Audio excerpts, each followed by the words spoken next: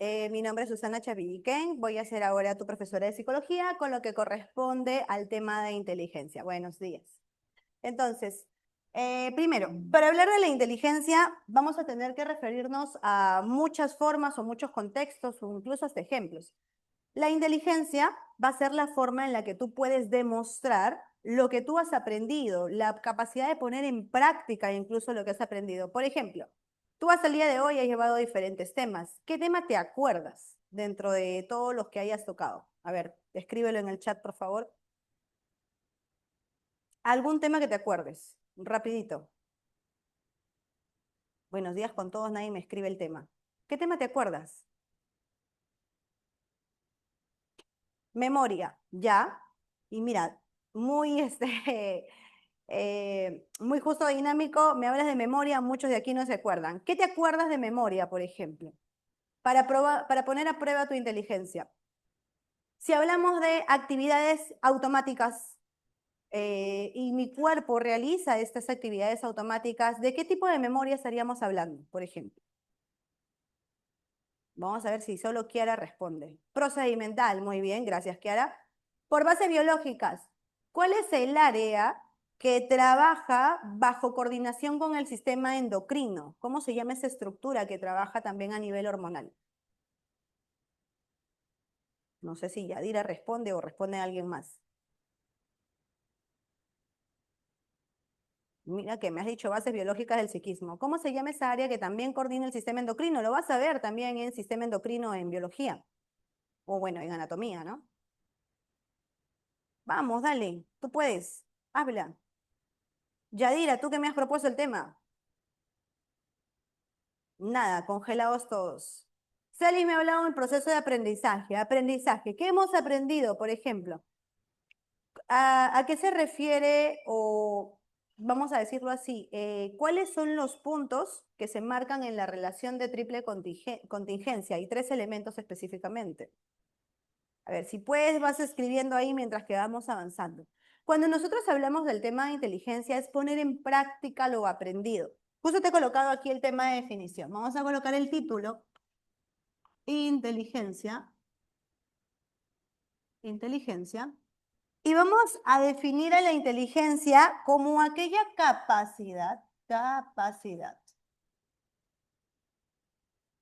que nos permite solucionar problemas, por ejemplo.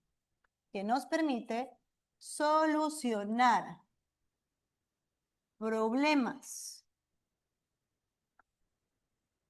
Usando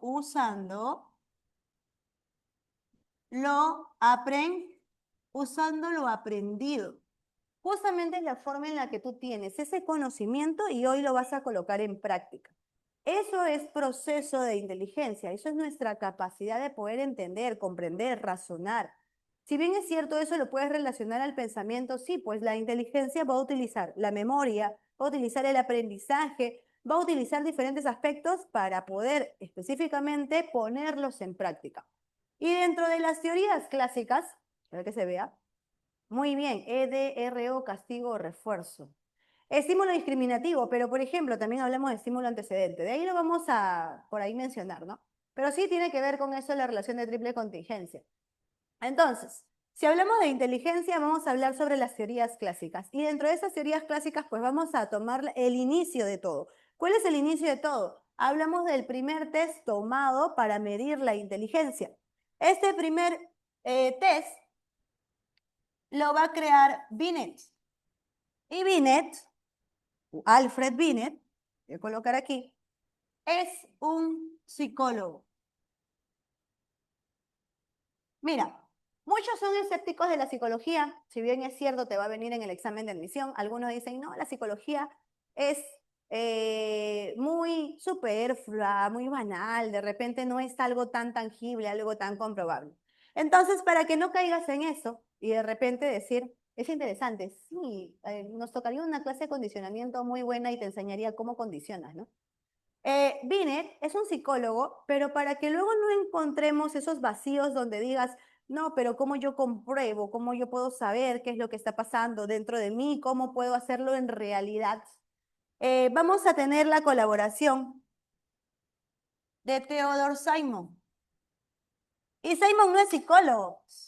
Recuerda que existen personas que estudian medicina para enfocarse luego en la psiquiatría. Y Simon es un psiquiatra.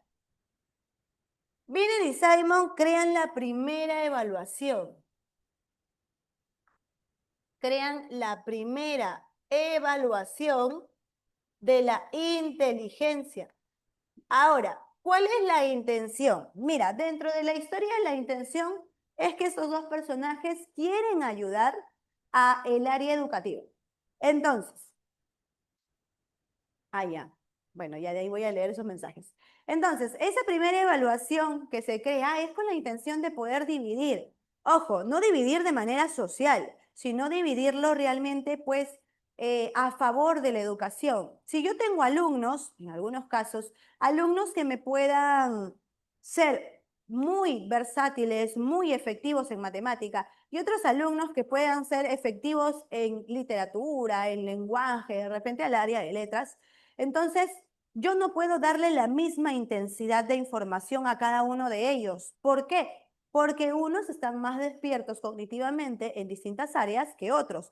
O en su defecto, imagínate que estés en un aula, tu colegio, donde existen diferentes personas con distintas capacidades intelectuales. Y dentro de ellos encontremos personas que de repente tienen algún síndrome, por ejemplo, que limita la capacidad cognitiva. Entonces, yo no puedo enseñarles de la misma manera a esta persona como a las personas que no tienen de repente esta condición. Entonces, ellos crean la primera evaluación con una intención, el poder separar y que el docente sepa qué tipo de alumnos tenemos.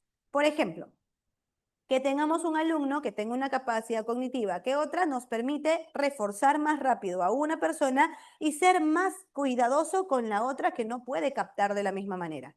Esa fue su intención inicial. Y ahora te voy a decir luego la fórmula. Justamente ellos crean luego una clasificación. ¿A qué me refiero con clasificación? Depende de tu evaluación, cómo te califiquemos. Y según esa calificación, te vamos a poner un nombre.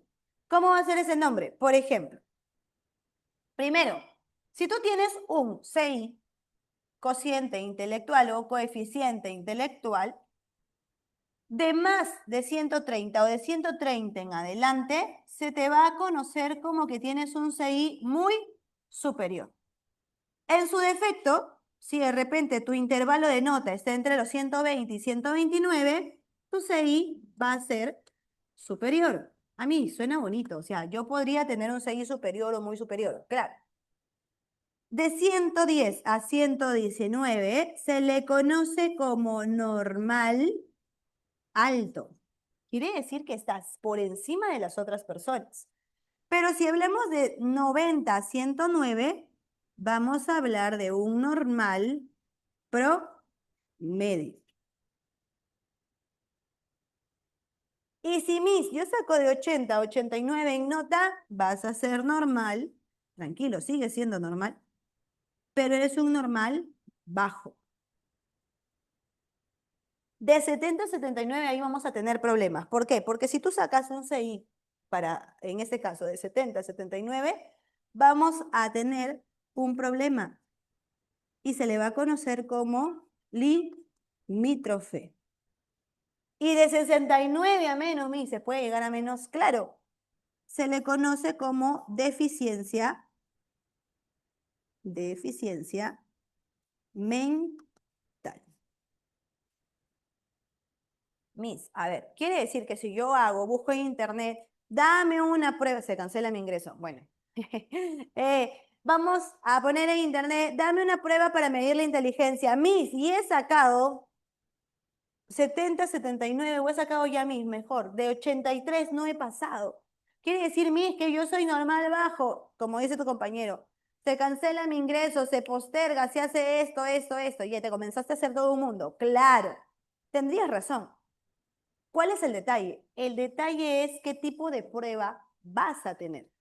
¿Cómo que qué tipo de prueba? Es que dentro de nuestro campo de trabajo existen diferentes tipos de pruebas para medir la inteligencia. Así como existen teorías, que ahora las vamos a observar, también existen diferentes pruebas. Por ejemplo, yo que soy un drama entero, Me ha pasado que yo comencé a encontrar pruebas que medían la habilidad de respuestas rápidas ante un problema, soluciones rápidas ante un problema. Y cuando yo hice esa prueba, que me demoré como más de 45 minutos resolviendo las pruebas, que no sé si te habrás dado cuenta, hay una prueba, luego lo borro ya. Hay una prueba que es más o menos así, te pone varias imágenes, pim, pim, pim, pim, pim, y luego te dice cuál falta. No sé si lo habrás observado o lo habrás visto por ahí. Esto de aquí, el completarlo, mide la habilidad de la rapidez que tienes ante la solución de un problema. Y aquí cuando yo hice esa prueba, me acuerdo, cuando yo hice esa prueba, saqué algo de más o menos 120 y tanto, 129 o 132, no me acuerdo ahorita. Entonces, tú vas al cuadro y dices, Miss, su 6 es superior o es muy superior, ¿ok? Ok. Entonces, en ese periodo tú dirías, Miss, es súper inteligente, ¿eso es bueno o es malo? No es bueno, porque para mí dar respuestas rápidas me ayuda. Entonces, para mí solución de problemas, que es una característica incluso muy femenina, es rápida, tengo un buen CI, tengo un buen promedio, soy muy inteligente en eso. Pero dije, vamos a probar con inteligencia matemática y comencé a resolver, ¿ok? Y en eso habré sacado una nota entre 93, 95, por ahí llegó mi resultado en esa prueba de inteligencia matemática, de habilidad matemática. Entonces yo voy a mi cuadro, ¡pic! Y si yo he sacado un poco más de 90, tengo normal promedio. Ahora tu compañero me va a decir, ¿eso es bueno o es malo? Aquí es normal promedio. ¿Qué quiere decir? Que puedo contestar preguntas de habilidad matemática, que puedo trabajar números, pero no es que mi CI en ese punto sea tan habilidoso, tan bueno para poder resolver algo más o ser mejor en mi inteligencia matemática. Entonces, a lo que yo me refiero es, en este caso, tu medición del CI va a depender del tipo de prueba que tú quieras medir. Si yo voy a una persona que siempre anda depresiva, que siempre anda pensando en lo malo, que siempre es negativa, y le aplico una prueba de inteligencia emocional, ¿tú qué crees que va a tener dentro de su escala? ¿Muy superior? ¿Superior? No, pues posiblemente sea un normal bajo o un normal promedio. Bajo, por ejemplo, ¿no? Entonces, ¿de qué va a depender tu nivel de CI? Del tipo de prueba que tú vayas a tomar para poder medir tu inteligencia. Y justamente existen diferentes teorías de la inteligencia. Pero para que salga esta escala, bueno, hoy en día nuestro trabajo es un poquito más fácil, por así decirlo. Igual los que quieran aquí están en el salón virtual. Te voy a decir que psicología lleva estadística, prepárate, alguno que quiera ser psicólogo, vas a llevar matemática, vas a tener que llevar estadística para construir pruebas. Pero hoy en día, pues las pruebas están automatizadas. Ya hay un Excel que te bota el resultado, pero para ejecutar ese Excel, justamente debieron pasar varias programaciones matemáticas para que te arroje un resultado específico. Pero en ese entonces, tu SEI para obtener una clasificación debería tener una ecuación. ¿Cuál es tu ecuación? La edad mental sobre la edad cronológica, todo por 100. Depende el resultado de tu edad mental. ¿Cómo se saca tu edad mental? También con una evaluación. Pero hoy en día pues ya es más rápido porque como te decía, todo está sistematizado y arroja un resultado específico y de aquí nos comenzamos a buscar en la tabla qué tipo de CI encuentras. Ahora, no es tan fácil que tú digas, marca las respuestas e inmediatamente va a salir tu coeficiente intelectual. Para ahora también tendríamos que resolver, como si fuéramos el psiquiatra, qué edad tienes, en qué etapa te encuentras, qué tipo de inteligencia vamos a medir. Y según eso, pues ya va a arrojar un resultado con diferentes categorizaciones. Entonces, dentro de las teorías clásicas, vamos a encontrar a tres personajes principales: Charles Spearman, Thurston y Raymond Cattell. En la teoría de Charles Spearman, voy a traer la reglita. En la teoría de Spearman te dice teoría bifactorial. ¿Bifactorial se refiere a cuántos factores? Bifactorial, ¿cuántos? ¿Cuántos? Dos. Muy bien, excelente, gracias. Quiere decir que están despiertos. Dos factores. Oye, existe, vamos a colocar aquí, un factor 2 factores, 3 factores. ¿Estamos bien? ¿Estamos bien? Debería colocar 3 líneas. ¿Tú qué dices? ¿Estamos bien? ¿Cómo que sí? Si te he dicho que es bifactorial, ¿por qué coloco 3 líneas? No, a mí, no borre. Ok, listo, son 2. Claro, acá vamos a añadir con letra naranjita, ¿ya? Aquí. Un asterisquito porque la teoría bifactorial de Spearman te indica que existe un factor G, un factor S, y este que te he marcado aquí no le pertenece a Spearman, pero vas a decirme, Miss, ¿pero por qué si no le pertenece lo escribe? Ya, lo que pasa es que existen seguidores, existen discípulos de Spearman que coinciden y colindan con su pensamiento y comulgan con su pensamiento y dicen, sí, está bien, pero para que aparezca este factor S, amigo querido, debe haber algo más allá. Por tanto, te hablan sobre un famoso factor W. La teoría de Spearman se basa en 2 factores, mira, G y S, pero sus discípulos hablaron sobre un factor W. A ver, aquí debe haber personas totalmente conocedoras de otro idioma y me vas a decir, por favor, bueno, no me puedes decir pronuncia, ¿no? Pero el factor G viene de la palabra general. ¿Está bien pronunciado? ¿Tú qué dices? Palabra general. General significa ¿qué cosa? General. La inteligencia que se mide aquí es de manera general. ¿A qué me refiero con general? La capacidad de resolver problemas ¿de qué tipo? Comunes. Es decir, cualquier tipo de problema. Factor S. Specific, ¿está bien? No sé, no me acuerdo hace tiempo que ya no hablo inglés. Factor S, specific, viene de la palabra ¿qué cosa? Específico. ¿A qué nos referimos? Yo no hablar inglés, teacher. Ay, ya. Específico, ¿a qué nos referimos con específico? Es que hay habilidades particulares. Mira, hasta acá te voy a explicar a qué me refería con todo esto. ¿Y biológica, Miss? No, aquí no hay biológica. Bueno, tiene que ver con la biológica, sí, ahorita te voy a explicar. Pero si me hablas de biológica, la palabra ahí no va directamente con Spearman, sino con Cattell, por la fluida. I'm not speaking English. Mi mamá era profesora de inglés, te diré. Me tenía harta con el inglés. Específica habilidades particulares. Yo te pongo un ejemplo. Mira, tú estás en tu casa, en tu sala, estudiando, estás leyendo, y en eso dices, ay, mira, verdad, yo no me acordaba, hoy iba a ser una fiesta, ¿no? Y sigues leyendo y ¡pop! Se te apaga una luz. Una habilidad general se referiría a, ¿qué puedo hacer para solucionar este problema? Voy, compro un foco, me subo una escalera, coloco el foco y ya está.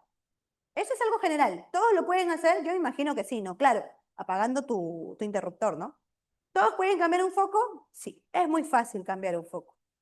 Pero sigues estudiando, ya cambiaste el foco y se vuelve a apagar ese foco y ya no solamente se apaga ese, se apaga el de la otra esquina, se apaga el del comedor, se apaga el de la cocina, apagón total. Se fue la luz, están penando, claro. Se fue la luz. No, no es que se haya ido la luz. Tú te das cuenta y sigue corriendo el voltaje. Se ha quemado el cableado. Y tu fiesta va a ser el día de hoy.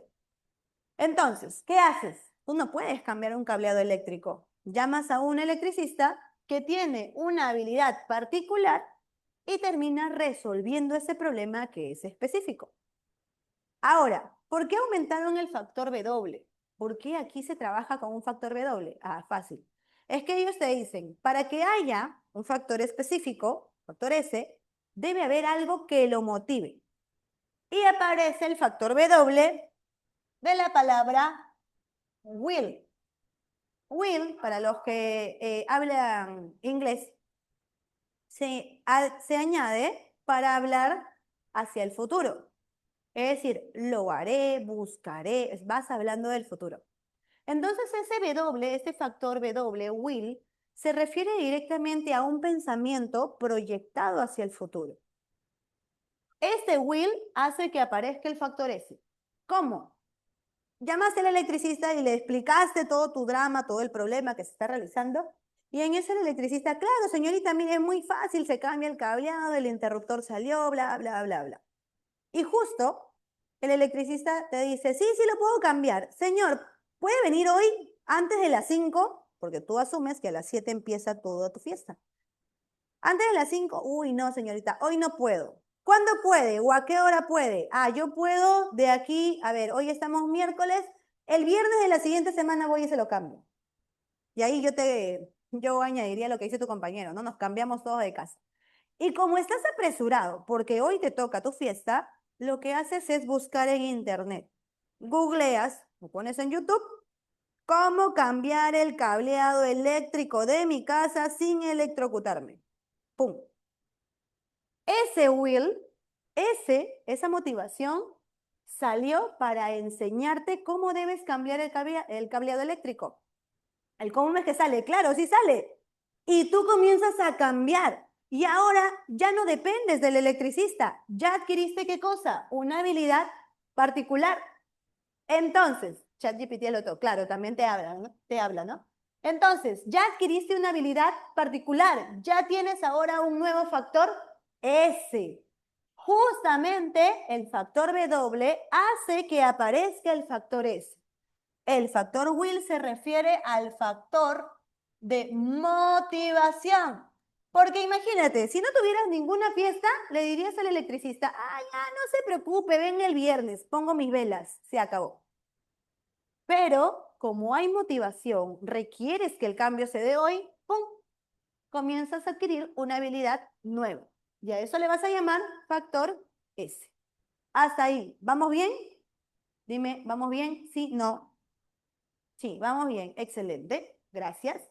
Entonces, a eso se refería Spearman. ¿Ya te diste cuenta entonces por qué hablaron sobre el factor W? Pues, ¿no? Ahora, Thurston te dice que no solamente podemos hablar sobre algo general, sobre algo específico. Si tú quieres hablar de algo específico, hay que ser más específicos aún. ¿Con qué podemos hacer más específicos? Vamos a hablar no de algo bifactorial, vamos a hablar sobre multifactorial.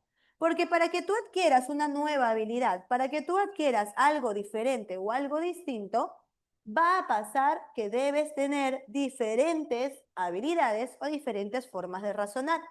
Y Thurston le llamó multifactorial, muchos factores. Y hablamos, por ejemplo, de la habilidad espacial. La habilidad espacial es la capacidad de ¿qué? De poder dimensionar. ¿Qué dimensionamos? Dimensionar espacios. Tú tendrías una habilidad espacial, por ejemplo, si podrías ubicarte en tu Google Maps, has abierto tu Google Maps, y ubicas dónde te encuentras. Y sin necesidad de que ese mapita te muestre si estás de frente, a la derecha o a la izquierda, porque algunas veces se sale de sincronización, tú dices, ah, ya estoy acá. Ya, tengo que irme a una cuadra a la derecha, luego otra vez a la izquierda y por ahí salgo al paradero. Esa es una habilidad espacial, poder ubicarte. No solamente poder ubicarte, a mí me pasa, por ejemplo, que digo, a ver, este tamaño, llega ya. Sí, sobrado pasa la cocina de aquí hasta el otro lado. Sin necesidad de que tú midas, sin necesidad de que tú lo pienses demasiado, puedes en este caso dimensionar o pensar que hay una ubicación específica con un tamaño específico para un objeto o para algo que quieras construir.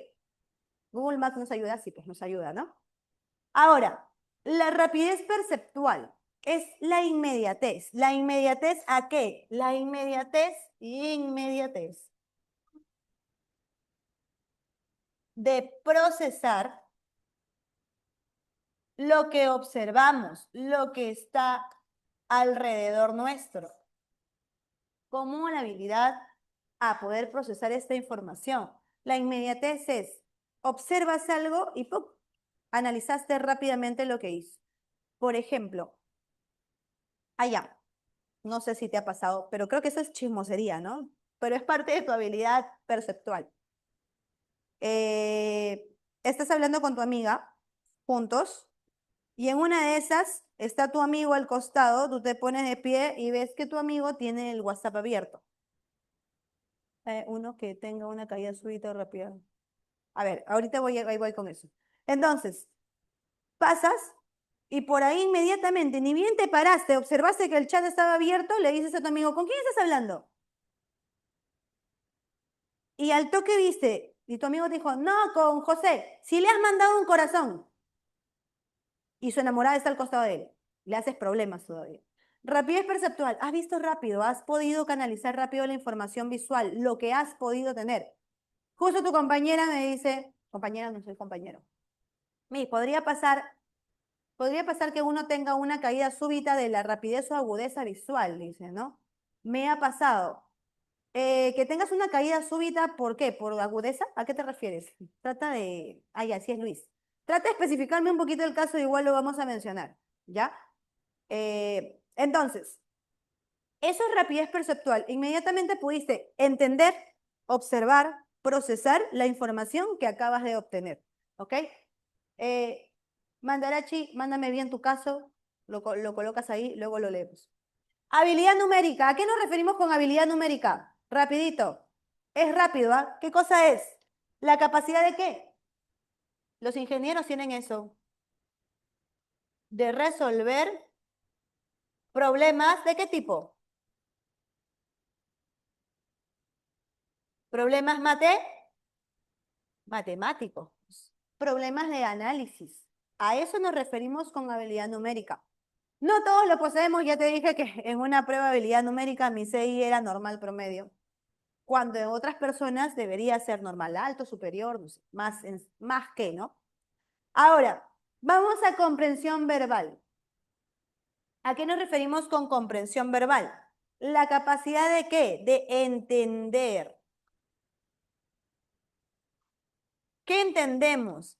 Entender textos. Entender o comprender palabras, frases, tus refranes, por ejemplo, ¿no? Esa es tu comprensión verbal. Pero a esto hay que añadirle algo más, conocido como, yo ni tengo habilidad numérica. Deberían, deberían. Fluidez verbal. ¿A qué nos referimos con fluidez verbal? Alan García, que en paz descanse o se escape, no sé. Fluidez verbal tenía un montón. ¿Por qué decíamos que tenía un montón de fluidez verbal? Porque él, si tú le decías algo, inmediatamente respondía. Y respondía con un montón de conectores, con un montón de palabras que incluso ni tú ni yo lo sabíamos en ese instante. Fluidez verbal es la capacidad de ¿qué? De poder hablar de una manera o de una forma elocuente. No sé si te ha pasado que hablas, uy, sí soy, claro, se llama ser florero. No, el florero te habla cualquier cosa. El florero no necesariamente tiene este tipo de habilidad. Porque algunos floreros te pueden hablar y te hablan incoherencias o rellenan las palabras y las dicen una vez y otra y otra y otra. Hasta descansando en las playas de Bolivia, puede ser, ¿no? Sino que hablamos de fluidez verbal con la capacidad de hilar la información y que no te desvíes de esa información, ¿ok? Yo cuando estás nerviosa puede que tengas fluidez verbal, pero acá no se trata pues de tener muletillas ni nada de eso. Razonamiento inductivo. La inducción se refiere a la versión antagónica de la deducción. Deducir, te dicen, ¿no? Por ejemplo, deduce de este caso algo particular. Te dice que de algo general pases a algo específico. El inductivo es al revés. El inductivo pasa de algo específico a algo general. Por ejemplo, pasar, por ejemplo, de la visión que tienes de una hoja y cómo funciona la hoja a comenzar a ejemplificar que cada hoja depende del tipo de árbol y cada árbol es diferente porque tienen diferentes frutos, tienen diferentes formas, tienen diferentes formas de reproducción. Entonces, pasaste de algo muy particular, que era la parte de una planta, a hablar de las plantas de manera general, ¿ok? La memoria, eso lo conocemos, ¿no? Es la capacidad de retención de información y de poder no solamente retener, sino a almacenar, ¿ok? Sí tiene fluidez verbal, sí puede ser, ¿no? Ahora, Thurston te hablaba sobre este tipo de habilidades, este tipo de razonamientos para explicar cómo se da tu inteligencia. Recuerda que esas son teorías clásicas, ¿ah? Pero Cattell te dice, aparte de todo eso, no, pues hijo, tenemos que hablar sobre fluida y cristalizada.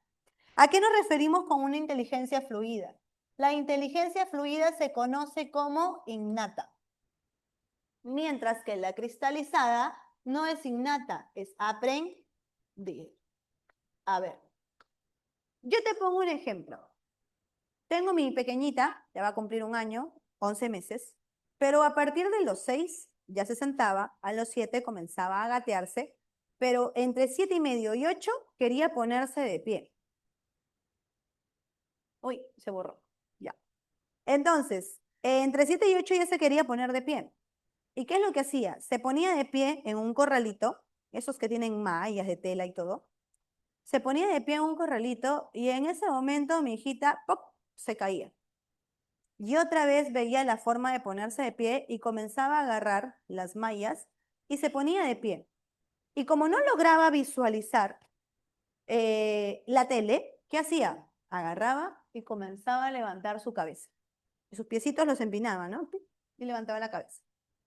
Y conforme ya crecía y agarraba, una luchadora así, ¿no? Y conforme ya crecía, agarraba la mallita, trataba de colocarse, se empinaba. Y cuando ella sentía que se iba a caer, ¿sabes lo que hacía? Giraba el cuerpo y se agarraba del otro lado de la malla. Miss, es puro instinto. No, pero ya de aquí en adelante eso lo hacía de manera automática. Miss, memoria procedimental. Más que memoria procedimental, si vamos a hablar de la inteligencia, ella tiene ahorita una inteligencia fluida. ¿Por qué decimos que es una inteligencia fluida? Porque nadie le enseñó lo que tenía que hacer. Simplemente ella, automáticamente, su cuerpo comenzó a responder y aprendió. Y ahora que está aprendiendo, lo anda poniendo en práctica. Esa niña cada vez que se cae da media vuelta y se agarra directamente de la rejilla. Entonces, la inteligencia fluida se va adquiriendo en el proceso de tiempo, adquirida conforme con el paso del tiempo. Conforme pasa el tiempo se adquiere esta inteligencia. Ah, ya, espérate, antes de que sigamos, entre menciones de algo muy distinto.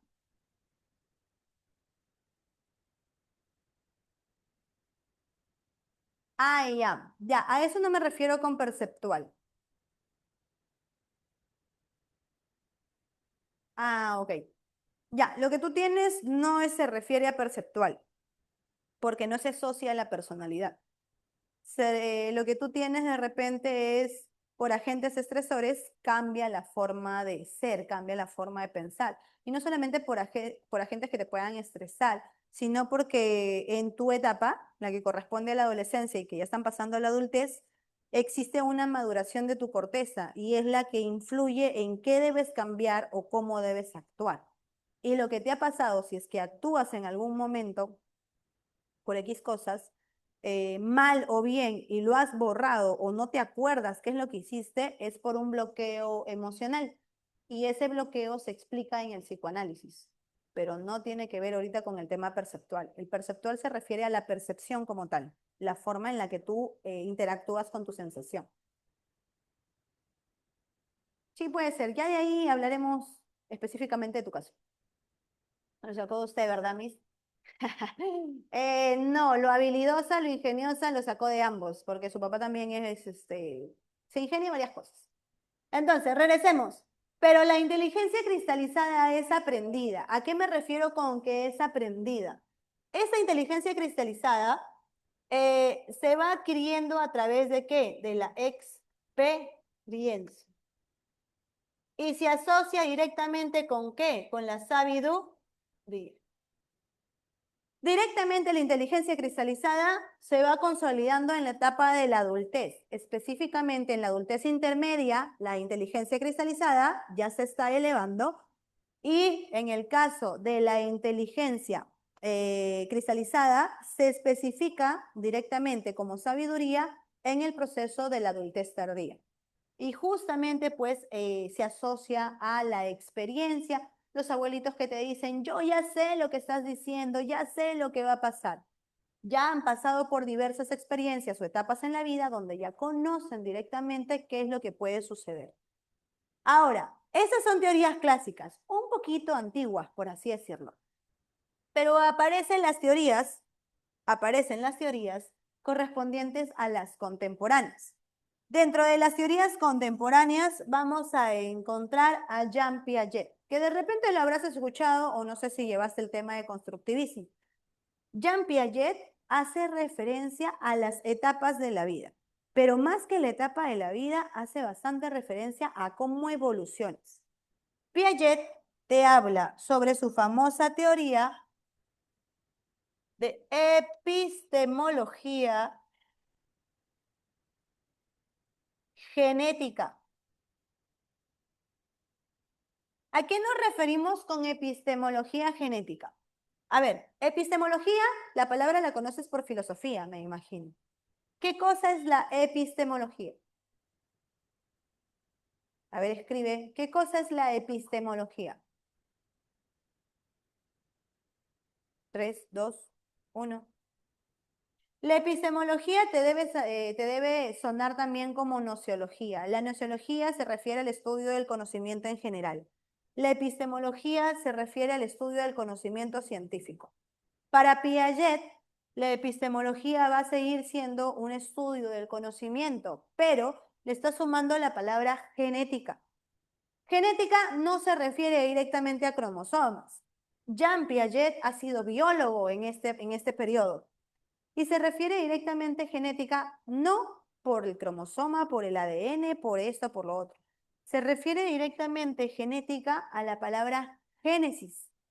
Ahora, me vas a decir, Miss, Génesis, inicio. Ya, por ahí te podría ayudar. Pero Génesis, en este punto, donde Piaget propone esta teoría, se refiere directamente a la formación. Para que me creas, Miss, no le creo. Por ejemplo, hablamos de la gluconeogénesis, que es la formación de una molécula nueva de glucosa. La genética, por la palabra génesis, se refiere a la formación. Entonces traducimos esto. Genética, formación, epistemología, conocimiento científico. Entonces vamos a hablar de la formación del conocimiento que vas a tener de aquí en adelante. Y es que, según él, la persona evoluciona. Es más, no sé si lo habrás llevado, pero cuando Piaget sustenta este tema de la epistemología genética, también te habla sobre la forma en la que el pensamiento se crea o la forma en que tú aprendes y te habla sobre asimilación y acomodación. No sé si habrás escuchado esos términos. Te dice que la asimilación es el ingreso de información y la acomodación es cuando hay una reestructuración, un cambio de esa información. Vamos, te lo menciono para que podamos entender un poco. Piaget se refiere al conocimiento sobre, por ejemplo, ingresa información. La persona o un niñito, imaginemos un niñito de 5 años, que siempre ha vivido en la sierra, y en la sierra obviamente no hay mar, pues, ¿no? Siempre ha visto un río. Y la niñita tiene ese conocimiento, imagínate 5 o 6 años. Y ay, qué mala que eres, ¿ah? Tiene 5 o 6 años, siempre ha visto un río, ha probado, ha observado, ha visto que el río tiene ciertos límites o dimensiones. Entonces, llega a Lima y en Lima la mandan a pasear a Chorrillos, a toda la costanera, y la niña inmediatamente dice, wow, qué río tan grande. Eso que está pasando la niña va a comenzar a generarle un proceso diferente, un problema cognitivo. Esa niña había venido de la sierra observando directamente un río. Y ahora piensa que ese mar que está observando es un río. La niña ya ingresó la información, asimilación de lo que es un río. Pero ahora la persona que la ha llevado le dice, no, no, no, no, eso no es un río. Eso se le conoce como mar. ¿Por qué? ¿Qué cosa es el mar? El mar es más grande que el río. Mira, y la levanta en peso y le dice, ¿puedes observar dónde acaba? Uy, no, está hasta el fondo. El río sí se puede observar. Y le va a explicar, ¿el río qué sabor de agua tenía? Era medio dulce, era agua normal, como cuando uno toma agua de su cañito. Ok, prueba esta agua. Ah, qué salada. Entonces, esta niña ya había asimilado la palabra río y pensaba que lo otro que estaba observando era un río. Ahora con las características que son diferentes y que le están explicando, hay un conflicto cognitivo y dice, este es río, este es mar, esto es río, esto es mar, esto es río, esto es mar. Y ahora tenemos que acomodar, excelente Luis, reacomodación de los esquemas mentales. Acomodamos la información y ahora va a entender que no todo lo que observa con agua va a ser un río, sino también puede ser un mar, dependiente de las características. Entonces, Piaget te habla sobre estas formas de la adquisición del conocimiento y Piaget te va a hablar que existe una evolución una evolución cognitiva. ¿Cómo es una evolución cognitiva? Conforme pasa el tiempo, tu etapa de desarrollo marca ciertas características. Y Piaget te va a decir que existen los famosos estadios o etapas de desarrollo. Vamos a colocar etapas de desarrollo. ¿Cuáles son estas etapas de desarrollo? Estas etapas de desarrollo, uy, ya está. Estas etapas de desarrollo se marcan en base a la edad que tú tengas. Por ejemplo, el primer estadio se le conoce como sensorio motor o también llamado sensorio motriz. En esta etapa, en este estadio, el niño trabaja con las sensaciones y con los movimientos, llevando mi inteligencia, oye, ¿cómo que limítrofe? No. En esta etapa sensorio-motriz o sensorio-motor, el niño trabaja con los sentidos y con los movimientos.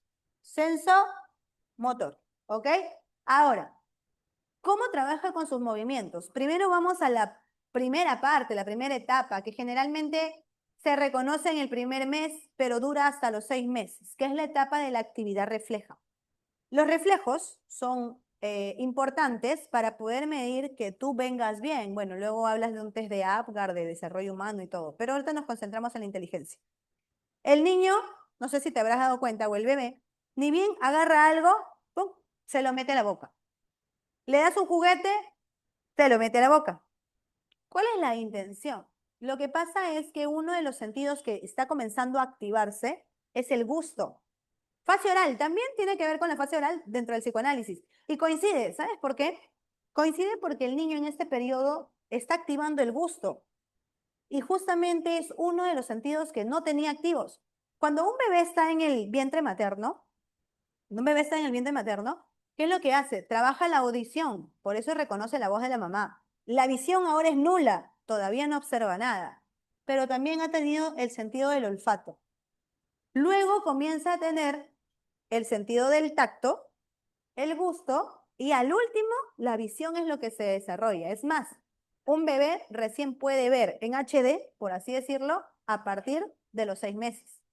Entonces, aquí está trabajando el sentido del gusto y del tacto. Es por eso que todo lo que agarra, que es nuevo para sus manitos, lo lleva a la boca para saber o conocer qué es este tipo de objeto. Entonces, el sensorio motriz se caracteriza por esas actividades. Se caracteriza también por los reflejos. Por ejemplo, te voy a dar una pequeña noción de a qué se trata el tema de los reflejos. Reflejos como la marcha. Un bebé, si lo colocas en una superficie plana, comienza como a saltar o a querer caminar. Miss, ¿ya puede caminar? No, a partir de los 7 meses, 8 meses en adelante ya puede ponerse de pie, porque si no, su columna comienza a impactar y llevar peso que no corresponde. Bueno, ese es otro tema. Pero el niño cuando tú lo levantas, tiene un reflejo de marcha que más adelante le permite caminar.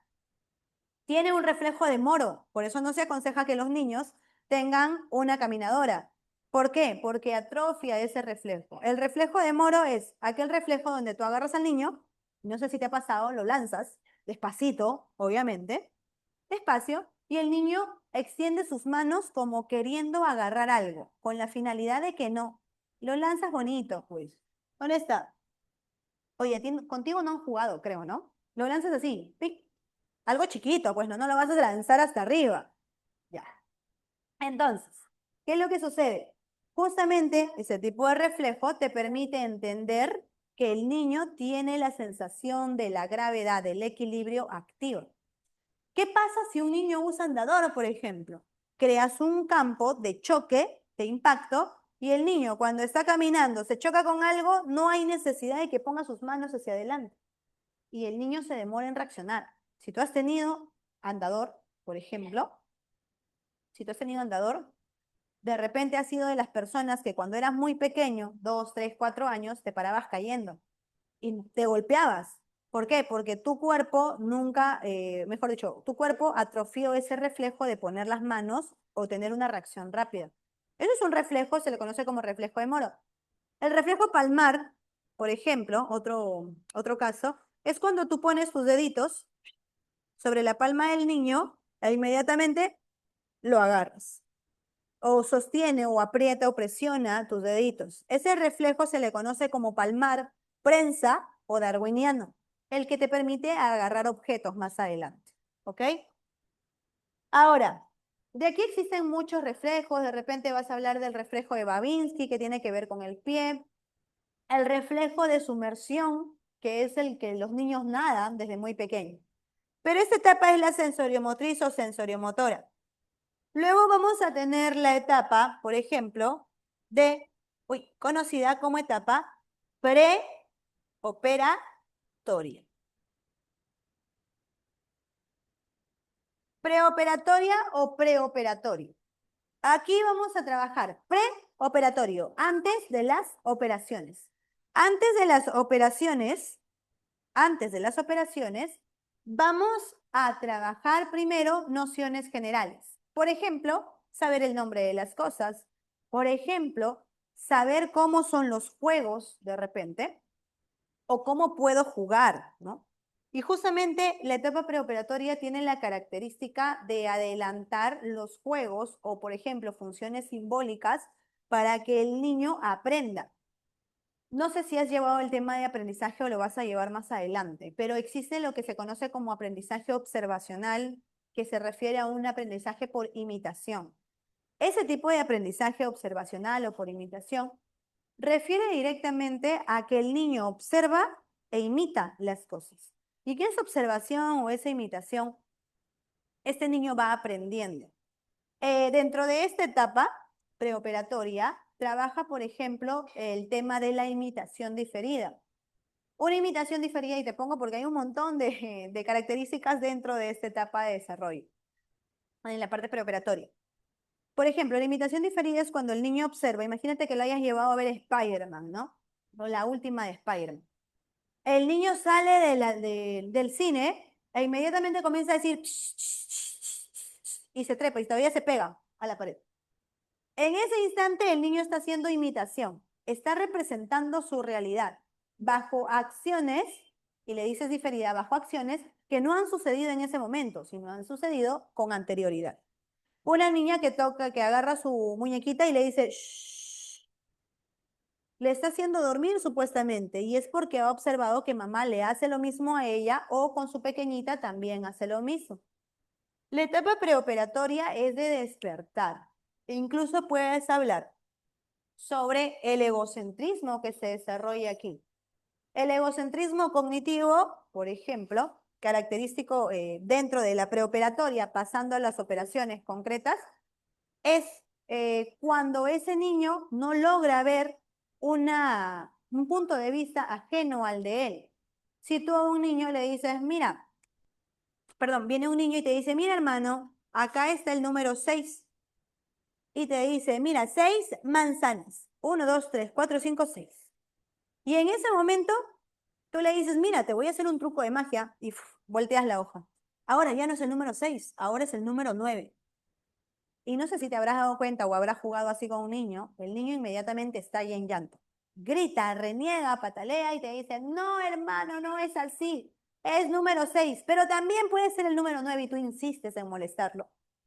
Y es que este niño no puede observar más allá de lo que ha aprendido. Si todavía está en el número 6, no te va a entender que es el número 9. ¿Por qué? Porque el niño aún no aprende ese número, aún no aprende ese tipo de ejercicio. Cuando ya ese niño conozca todos los números, tú le vas a poder hacer ese juego y recién te va a entender. Pero eso va a ser cuando el niño ya crezca, porque no va a comprender tu punto de vista. Otro punto que tienes es el de las operaciones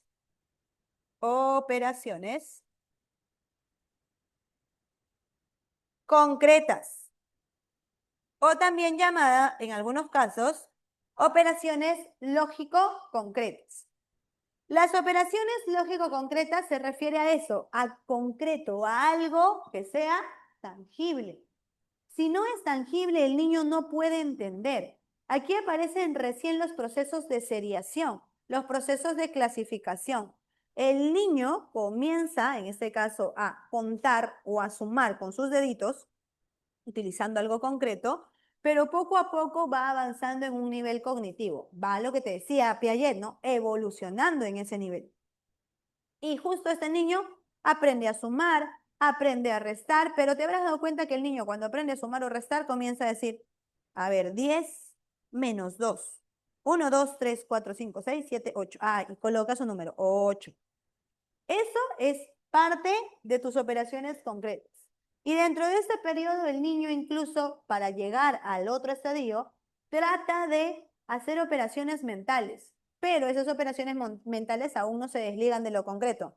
Mira el chambón, la chamba que tienen tus profesores cuando hablas de niveles de primaria, el nivel de primaria, tienen que ayudarte a que comiences a entender que hay otro punto de vista que no necesariamente se apega a la realidad, a lo concreto, sino todo tiene que estar en la mente. Y te dicen que debes hacer tus famosas operaciones mentales. Y te colocan la suma de 12 más 5. Y tú dices 12 más 5, a ver, y te das cuenta que no tienes 12 dedos, con los dedos de los pies. No, pues tú trabajas directamente con tus deditos porque es lo visual. Dice 12 más 5. Y como no te alcanzan 12 aquí, ¿qué haces? Sumas 5 y vas contando hasta el número 12, ¿verdad? O de repente dices 12 en mi mente, 5 en mi mano. Y dices 12, 13, 14, 15, 16, 17. Ah, mi respuesta es 17. Y aunque tú dices, Miss, eso es fácil, un niño lo puede hacer, tú no lo hacías cuando eras niño. Te causaba dificultad, porque tenías que recordar un número y a la vez trabajar con algo concreto. Entonces, eso que está haciendo tu profesora o tu profesor de primaria hizo que hoy en día, cuando yo te diga 12 más 5, inmediatamente tú me respondes 17, Miss. ¿Por qué? Porque ya activaste el pensamiento abstracto. Y ese pensamiento abstracto llega a través de las operaciones formales. Llega a través de las operaciones formales. ¿A qué nos referimos con operaciones formales? El pensamiento abstracto, el pensamiento probabilístico, el pensamiento hipotético deductivo, es decir, pensar en un futuro, pensar en una probabilidad, pensar sin tener que pasar por la experiencia. Por ejemplo, que tú me digas, no sé cuántos casos habrán ahí, pero que tú me digas, Miss, eh, mi amiga ha sido engañada. Y yo te digo, uy, ¿qué hiciste? No sé, porque yo no pasé por un engaño y no sé cómo aconsejarle. No, pues, si tu amiga ha pasado por ese proceso, tú le vas a decir, tranquila, no te preocupes, yo sé que te está doliendo, sé que vas a estar mal, todo es un proceso, porque no necesitas pasar algo concreto, algo en tu vida, para que puedas aconsejarle o sentir empatía. Entonces, esa formación aparece en las operaciones formales y coincide incluso con tu adolescencia. porque en este proceso ya tienes más reacciones, tienes más entorno que trabajar y justamente pues tu evolución cognitiva va disparándose. Piaget tiene un montón de teorías. Acá nos demoraríamos una clase más para hablar sobre todo lo que contribuye Piaget en cada uno de sus estadios. Pero para minorar un poco y trabajar todo lo que es inteligencia, vamos con Vygotsky, que también es otra de las teorías contemporáneas. Y Vygotsky te va a decir, mira, ¿sabes qué? Tranquilo, fresh. Yo te voy a decir que dentro de tu proceso, dentro de la forma en que estás reaccionando, vamos a trabajar la forma de aprendizaje sociocultural. Y vamos a hablar sobre la famosa zona de desarrollo próximo. ¿Ok? Zona de desarrollo próximo. Otros lo conocen como zona de desarrollo proximal. Zona de desarrollo próximo se refiere directamente a tres formas. Te dice, lo que pasa es que tu inteligencia, así a lo Leslie Shaw, tiene niveles. ¿Ya? ¿A qué me refiero con que tiene niveles? Es que tienes una zona de desarrollo potencial, tienes una zona de desarrollo próximo, así como su teoría, y tienes una zona de desarrollo real. A ver, esta escala que te propone va así, en esta dirección. Aparece primero la zona de desarrollo real, luego la zona de desarrollo próximo y luego la zona de desarrollo potencial. ¿Ok? Entonces, cuando trabajas la zona de desarrollo real, te dice que vienes con tus habilidades en bruto. ¿A qué me refiero con habilidades en bruto? Mira, por ejemplo, ahorita que estás estudiando aquí en la academia, vas a tener habilidades en bruto a capacidades de matemática, de repente no todos los cursos, sino capaz álgebra, trigonometría, geometría y aritmética fue nulo en ese momento. Y de repente vas, y también pasamos por ciencias, no sé, como física, química, biología, y me dices, Miss, es que de todo solo aprendí biología. Ok. Y yo te digo, ¿qué más has aprendido en letras? Miss, me va bien en psicología, me va bien en educación cívica, me va bien en lenguaje. Ok. Y llegaste a ingresar con esas habilidades. Claro, tienes que estudiar tus 18 cursos, ¿no? Pero llegaste con esas habilidades a la universidad. Ahora, tus habilidades en bruto es, llegaste con esas habilidades puntuales y comenzaste la universidad. A eso le vamos a llamar una zona de desarrollo real. Estamos con tus habilidades en cero. Ahora, ¿qué va a pasar? Que conforme pase el tiempo, vas a tener a una persona que te enseñe cómo debes trabajar estas habilidades. Y que de repente, en lugar de solo llevar aritmética, álgebra, geometría, vas a llevar de repente matemática 1, cálculo 2, estadística. Y en lugar de solo llevar lenguaje, vas a llevar comunicación 1, comunicación 2, o de repente introducción al lenguaje y todo eso. Y si me dices, me fue bien en biología, de repente vas a llevar biología general, neuroanatomía, neurociencias. Y estás llevando otro tipo de cursos. Eso que está pasando en ti, que es ahora el trabajo de las habilidades, se le conoce como zona de desarrollo próximo. ¿A qué se refiere entonces con eso? Se trabaja esas habilidades con las que tú has venido. Y estamos tratando de aumentarle el nivel, ¿ok? Más o menos grafícalo como tus juegos, esos que te gusta estar en la computadora. Se trabajan las habilidades para potenciarlo, justamente porque luego tienes la zona de desarrollo potencial. Esta zona de desarrollo potencial es cuando las habilidades alcanzaron lo máximo que podía tener. Esas habilidades alcanzaron el máximo puntaje. Y aquí ya no eres un simple ingresante, aquí ya no eres un estudiante del ciclo 5 o 6. Aquí ya eres directamente, ¿qué? Un egresado, un profesional, con la capacidad de enseñar a niveles inferiores. A eso nos referimos con la zona de desarrollo potencial. Si te das cuenta, va pasando por un proceso como si fuera una escalera. Claro, Y es que Vygotsky te habla sobre el famoso andamiaje. ¿Qué cosa es el andamiaje? El andamiaje es el aprendizaje por niveles. Eso es el andamiaje, el aprendizaje por niveles, donde la persona, el maestro, te va enseñando, te va empujando, pero a la vez se va alejando. ¿Por qué? Tiene la intención de enseñarte en este momento, de ayudarte con tus habilidades, pero a su vez quiere generarte independencia profesional, independencia académica, para que en algún momento tú no digas, como doctor o como cirujano, digas, a las 5 de la mañana le llames a tu profe y le digas, profe, ¿qué tenía que cortar en el corazón? ¿O qué no debía cortar? No, no, ya le di un paro, ya fue, ya mejor le cuelgo. Ping. Directamente tienes que trabajar con ¿qué? Con la independencia cognitiva. Y eso es lo que te desarrolla Vygotsky, por ejemplo.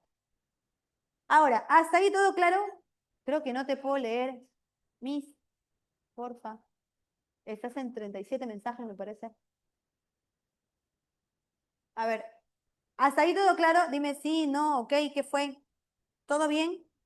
Ya estamos traumados. Miss, ya estoy almorzando. ¿Todo claro? Sí. No se puede leer, Miss. Allá. Sigue, sigue. Ya sigue escribiendo. Chi, todo claro, profesora. Muchas gracias. Entonces, ¿estamos bien? Chi, ¿qué? Chi, ¿no? Me suena a Pokémon, no sé por qué. Mi tiempo, mi tiempo. Vamos con Robert Stenberg. Stenberg te va a hablar sobre tres inteligencias, la analítica, la creativa y la práctica. La analítica se refiere a una inteligencia más lógica. La analítica se refiere a una inteligencia más compleja. La solución en este caso de los problemas no ocurre de la nada, simplemente necesitas una operación de análisis, de partición, de poder comprender. Pero cuando hablamos de la inteligencia de tipo creativa, nos referimos a soluciones que sean totalmente nuevas, o más que nuevas, diferentes. Sí, sí. No, no, no, no hay video no hay video promocional.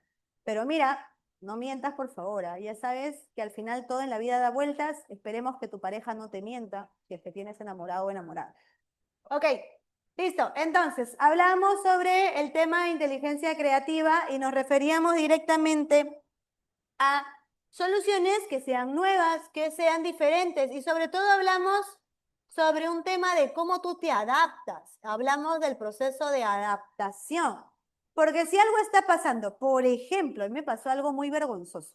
Un día me fui a dictar y me puse, como hacía mucho calor, me puse mi polito, una blusa, pantalón y me puse unas sandalias. ¿Y sabes qué me pasó? Creo que el terror de las mujeres, que cuando estaba caminando se me despegó toda la sandalia. No había ninguna tienda que me venda tris. Tenía con las justas mi bolsa de mis tuppers de mi comida. Sí, pues imagínate el terror. ¿Qué hice? Creativa. Comencé a arrancar y a formar hilos, prácticamente hilos o como una soguilla del plástico. Caballero nomás, hasta que llegué a mi casa. 4 amarradas del... Se puso los tuppers, no, ya quisiera ya. 4 amarradas de ese plástico, solución creativa. Hasta que llegué a mi casa, ya pues, con vergüenza, la gente estaba mirando. Encima dije, para que no se vea mal y parezca que es un modelo, también lo hice en la otra sandalia para que se vea igualito. Entonces, tu solución creativa, nueva, diferente, lo que nos queda, pues, por realizar. Pero la inteligencia práctica también se le conoce como contextual, porque en este caso depende de la información que te vayan a brindar. Depende del, como dice eso, contexto. Tu solución ya no solamente, buena, ¿no? ¿Qué es? Pura heurística, claro, pura heurística. Lo último en moda. Claro, he visto que ha salido una cartera que cuesta como 500 soles y que está hecha de la rafia, esas bolsas de plástico que lleva la mamá al mercado. Bueno, vamos a imponer una nueva moda. Sí, puede, bolsa de mercado. Depende del contexto. Tu solución ya no solamente depende de que te amarres una bolsa de mercado en tu pie, sino que depende de lo que está sucediendo para dar una palabra. Por ejemplo, que tu compañera esté llorando y la otra le dice, ya, tranquila, no pasa nada. Y de repente tú le dices, ¿pero qué ha pasado? No, que mi enamorado me ha engañado, que mi enamorado ya no está conmigo y se pone a llorar. Y lo primero que tú le dices es, ¿qué cosa? Tus palabras célebres, dame contexto. Por eso lloras. No, tienes que decirle, dame contexto, dame información para que tú emitas una opinión. A eso te refieres con tu habilidad práctica. La practicidad no se refiere solamente a dar una solución, sino a dar una solución que dependa de la información que te llegue a ti. ¿Ok? Ahora, vamos con Gardner, ya nos falta poquito. Vamos con Howard Gardner. Es una de las teorías que te da la esperanza. Miss, algunos, creo que una de las chicas o un chico me escribió, Miss, yo no tengo ninguna habilidad matemática, ninguna habilidad numérica. Miss, yo me siento limítrofe, Miss, yo me siento normal bajo, no sé. Entonces, Howard Gardner te dice, no te preocupes, tranquilo, no pasa nada. Aquí nadie te va a descalificar. Todos son inteligentes a su manera. Muy bien, Luis. Todos son inteligentes a su manera. Y te habla sobre su teoría conocida como inteligencias múltiples. Te dice, tranquilo, bien, no pasa nada. Tú eres inteligente, solo que no sabes qué tipo de inteligencia tienes. Y comenzó a hablarte sobre 8 inteligencias múltiples. Bueno, hablamos directamente que Gardner propone 7 inteligencias múltiples, pero sus discípulos proponen una más, ¿ok? Inteligencias múltiples, por ejemplo, hablamos de la lógica matemática. Una inteligencia. Segunda inteligencia, la inteligencia lingüística. Tercera inteligencia, la inteligencia visoespacial. Cuarta inteligencia, la inteligencia musical. Quinta inteligencia, la inteligencia kinestésico-corporal. Vamos una más. Sexta inteligencia, la inteligencia intrapersonal. Séptima, la inteligencia interpersonal. Oye, a ver, nuevamente, al igual que pasó con Charles Spearman, que uno de los personajes, que uno de los discípulos le agregó otro factor, aquí va a pasar lo mismo. Revisen la teoría que les envié. ¿Ves? Mira, tu compañero envía información y tú no lees. Aquí vamos a colocar otra inteligencia. ¿Cuál es? La que colocaron los discípulos es la naturalista. Te explico entonces. La inteligencia lógico-matemático, creo que tú y yo lo conocemos, porque en ese tiempo era muy conocido que tus abuelos te decían, no, pues dime, ¿tú eres inteligente en matemática o en letras? Y si tú le querías decir, abuelito, pero en ciencia, no, no, no, no, acá tú tienes que ser, me acuerdo que la palabra era coco, ¿no? Tú tienes que ser coco, tú tienes que ser vivo, inteligente, o bien en números o bien en letras. Entonces, aquí apareció la lógica matemática, números, la capacidad de resolución de problemas, de análisis.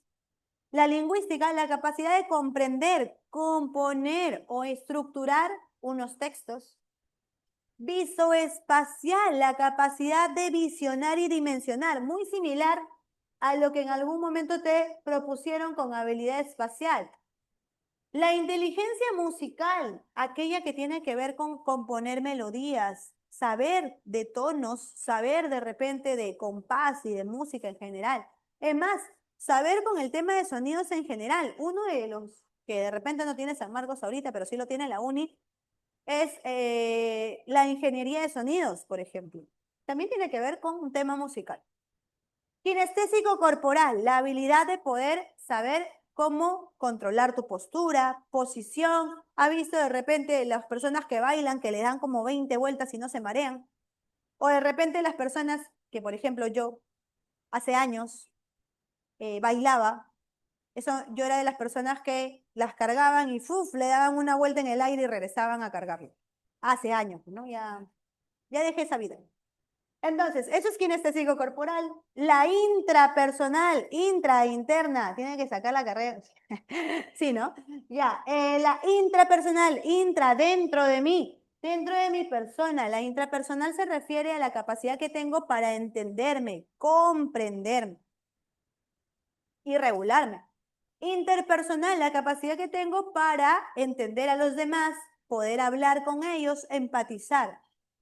Y la naturalista, la capacidad que tú tienes para poder entender los procesos a nivel interno y a nivel externo, en el aspecto biológico, químico. Algunos dicen, yo por ejemplo veo la biología muy fácil, la anatomía también, he sido antes profesora de biología y anatomía. Y para mí es agradable esos cursos. ¿Por qué? Porque entiendo qué es lo que pasa con mi cuerpo. Y si me hablan de respiración y me hablan de los bronquios, yo misma estoy internalizando cómo respiro, cómo es la subida del volumen, qué es lo que está pasando dentro de mí. Pero hay personas que por más que tú le dices, mira, a ver, toca tu pulso, no entienden lo que está pasando. Oye, pero sientes como una palpitación, tampoco entienden lo que está sucediendo. Entonces, eso es diferente. Mis, pásalo, sí. Allá. Mis, yo vuelo, ¿cómo que vuelas? No sé a qué te refieres con volar. ¿Ah? Entonces, a eso se refiere con Howard Gardner. Gardner se refiere a que todos tienen una inteligencia a su manera o a su forma. Ahora, no quiere decir que tú tengas solo una, solo dos, solo tres. Tienes las 8 inteligencias. La diferencia es que una está más elevada y otra de repente está menos trabajada. ¿Ok? Daniel Goleman, otra teoría, te indica que existe lo que en su teoría, bueno, ni siquiera fue su teoría, si no fue robada. Bueno, no vamos a hablar de robo, sino él popularizó el término de inteligencia emoción, emocional. Oye, ¿y a qué nos referimos con inteligencia emocional? ¿A qué nos referimos con inteligencia emocional? A la capacidad de gestionar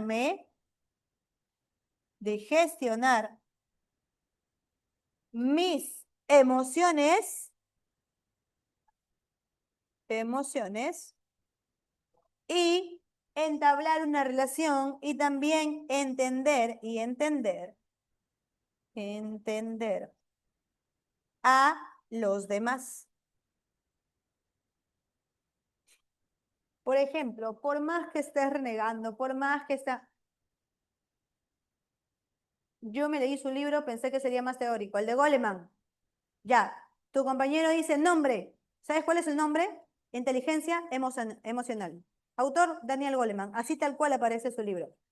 Sí, es que pensé que sería más teórico, es que es muy práctico, ¿sabes por qué? Porque a él no le corresponde la teoría, son otros dos autores los que realizan la teoría, pero directamente se asocia a Daniel Goleman como aquel que propuso la inteligencia emocional. Lo que pasa es que los otros autores hablaban bastante sobre la inteligencia intrapersonal e interpersonal propuesta por Gardner. Y cuando mencionaron dentro de su teoría la inteligencia emocional, Daniel Goleman Pink aprovechó y dijo, ya, listo, hacemos inteligencia emocional. Base ejemplos le explica. Sí, tiene que ver, es más práctico, ¿no? Justamente porque él no ejecutó la teoría, porque aquel que hubiese dado la teoría completa eran esos dos autores. Bueno, ya. Entonces, Daniel Goleman te habla sobre la inteligencia emocional ante algo que esté sucediendo. Si hay una acción, antes de reaccionar, debes pensar, calmarte y saber qué es lo que vas a decir. Es como cuando dices tu famosa frase, ¿no? Pienso y luego existo.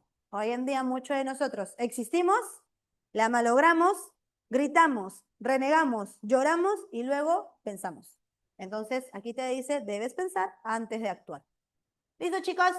Para poder cerrar este tema, vamos por favor con tu separata. Yo sé que tú la has avanzado, yo sé que tienes ahí un montón de conocimientos. Tratemos de hacerlo lo más rápido que pueda. Y justamente hablamos, pregunta número 1. Ay, a ver, ya está. y porque luego se quejan. Ok, listo. Pregunta número 1. Después de matricularse en un curso universitario, Mariana adquiere nuevos conocimientos e incorpora lo aprendido a su bagaje intelectual. Semanas más tarde, ante una situación novedosa, logra aplicar lo aprendido con efectividad y prontitud, a diferencia de otros estudiantes que presentan mayores dificultades para adaptarse. ¿Cuál de las siguientes definiciones de inteligencia se vincula mejor con la conducta mostrada por Mariana? A ver, muéstrame tu inteligencia. Aquí la clave más efectiva, ¿cuál sería? Rapidito, rapidito, rapidito.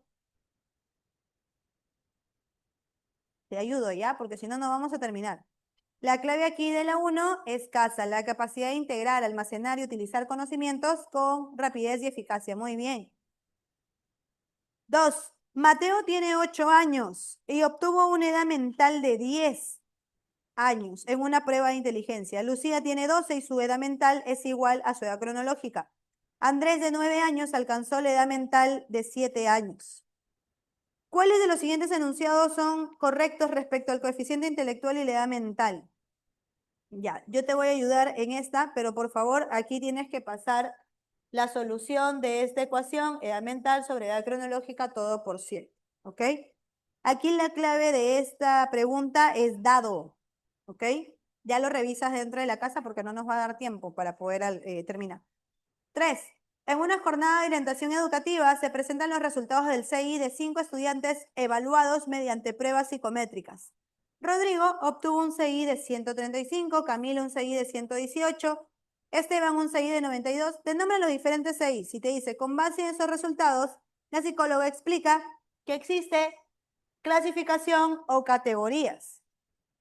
¿Ok? Y ahí te habla sobre promedio normal, inteligencia superior.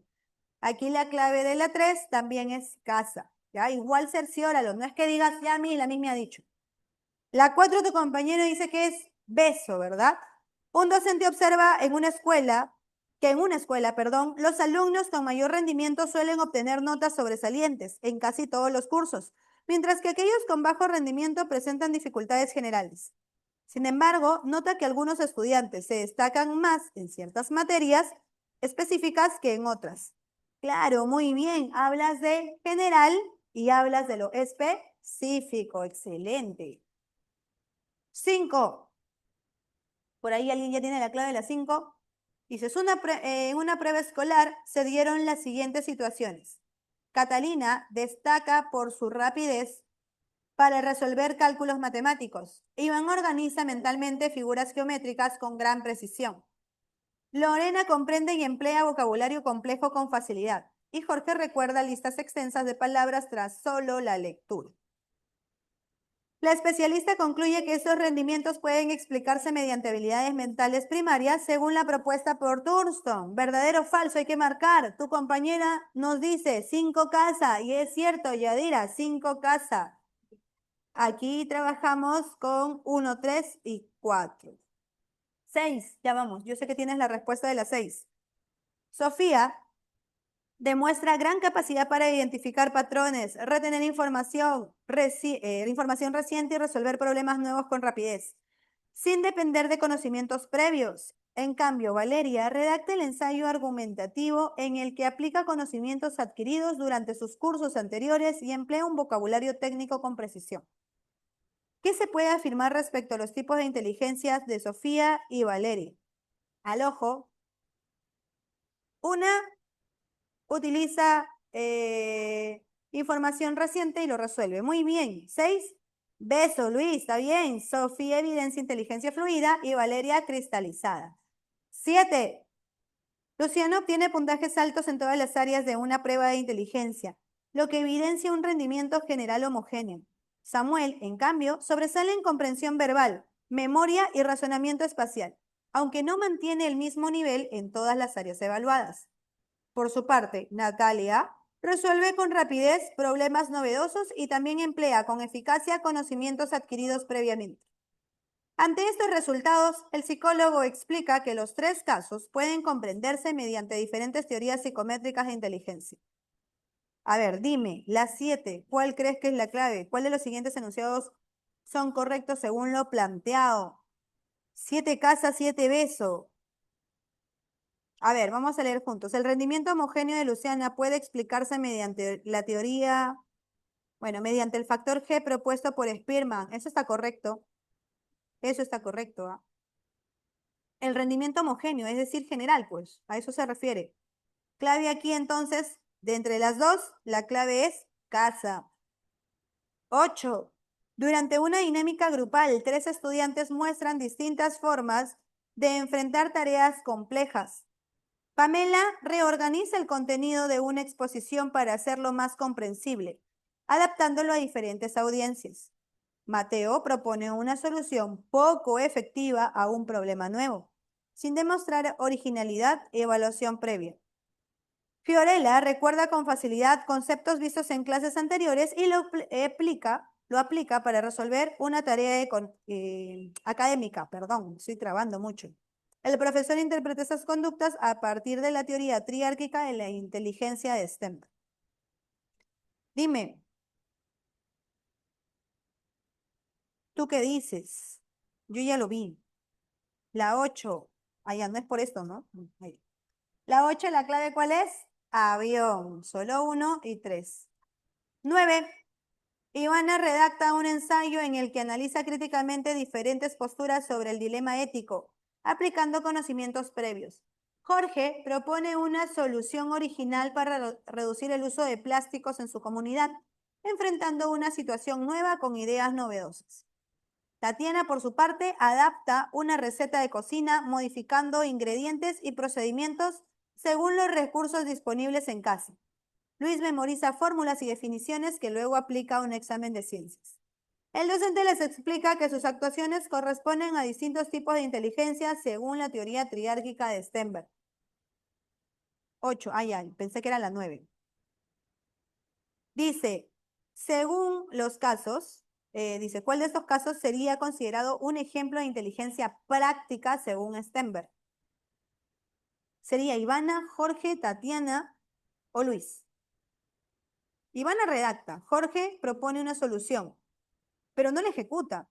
Tatiana, por su parte, adapta una receta de cocina, o sea, ya lo está realizando. Tatiana, ¿verdad? Por adaptar procedimientos. Excelente. Clave, casa. 10. Y de ahí ya te dicto las demás claves. Ah, ya, perdón, te dicto porque son 10 y 19, ¿no? De aquí me tengo que ir disparado a otro lado. Te dicto las claves de la 10 a la 15, entonces. 10 es dado, 11 barco, 12 barco, 13 dado, 14 dado y 15 avión. Listo, chicos, ya los estoy dejando, siendo la 1:20, falta 30 segundos. Fue un gusto haberte dado la clase. Nos vemos en otro momento. Un abrazo, cuídate, chao, chao.